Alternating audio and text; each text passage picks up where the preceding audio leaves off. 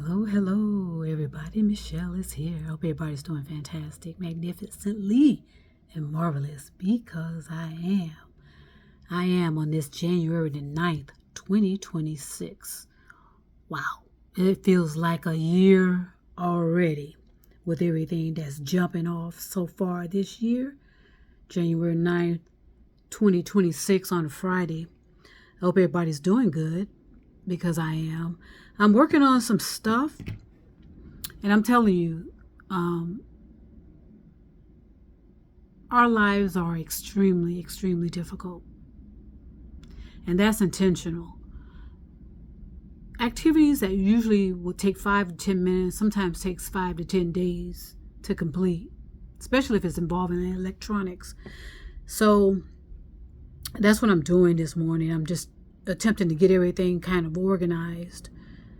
And that's also part of the self-education process, is doing everything in your power to organize your life and only depend on what you can readily get a hold of. I wouldn't rely so much on using electronics that tell you everything's placed in a cloud. What does that mean, really? Honestly, what does that mean? And I talked about this some years ago when I noticed that all was happening. There are certain powers that be, whoever they are, hidden agendas to have you place everything that belongs to you into a cloud. And how many people actually know what that is? It's the same thing about what we're doing now with artificial intelligence. We're placing everything in the hands of artificial intelligence. And again, what does that all mean? So as you are deconstructing, reconstructing, and educating yourself, ask those kind of questions. What does it mean when all of my legal documents, my pictures, my videos, what does that mean that they're in a cloud? You know, do you actually know what that means? And what happens if the internet goes down? What if someone is able to go into the cloud and kind of rearrange what's there? Those are critical, important questions to ask. So thankfully, I don't have anything that's really I don't have anything that's really that important because I sold my house. And so all of those legal documents I have in paper, I have in paper. And I have them stored somewhere in a physical location where I can readily get to it. All these legal documents that I need. Pictures, unfortunately, you're going to lose pictures sometimes. You're going to lose videos sometimes, those kind of things. Unfortunately, you're going to win some and lose some with that. But again, just ask yourself, once you figure out what it means to put all your documentation into a cloud and you're happy and you are content with that, go with it. But at the same time, what if there is an emergency? Or what if you have to prove this land belongs to you? What if you have to prove, because back in the day, I think I knew I talked about this early on. My family, when I say my family, I'm talking about my grandparents, great-grandparents, blah, blah, blah, blah, blah, blah. My ancestry had some land in a particular state. And they had been working on that land, they were farmers, they were farmers. And so they were working on that land. They had their children working on that land. My dad was a farmer. My dad started out wanting to be or assuming that he would be a farmer.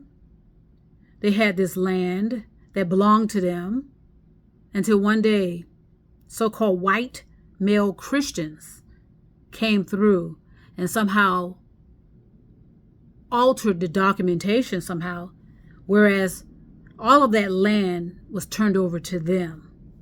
Okay? My dad said that once that happened, these white Christian owners assumed that our family, my dad, his brothers, siblings, blah, blah, blah, was going to continue to work on that land. And they did not. Okay. And what happened is they had to go out and find other means of working. And that's what my dad had to do. My dad he thought he was going to be a farmer, but he ended up being a hustler. And white people, I'm sorry, you have no idea what it means to be hustling when you come from a black culture. You have no idea. So, that has to be said. But he had to go out and hustle to provide for himself. And it just so happened the place he ended up, that's where he saw my mom again. My dad first saw my mom in elementary school, getting on a school bus with her sister. Okay, he took notice to her. It wasn't until about maybe 10, 15 years later, somewhere in that range, he went to another city because he had to find a job, or he had to hustle and take care of himself. And that's when he saw my mom again. And the rest is history. So my point is this: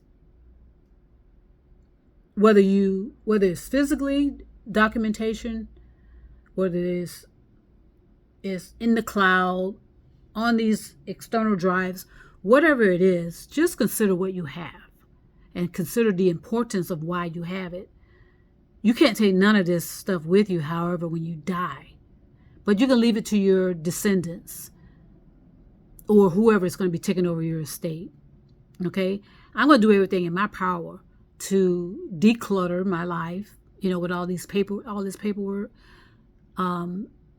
rearrange my life, and just hold on to what I need, and slim down somewhat in all of the documentations that I have. It's becoming extremely difficult to keep track of things, to keep track of stuff that's changing.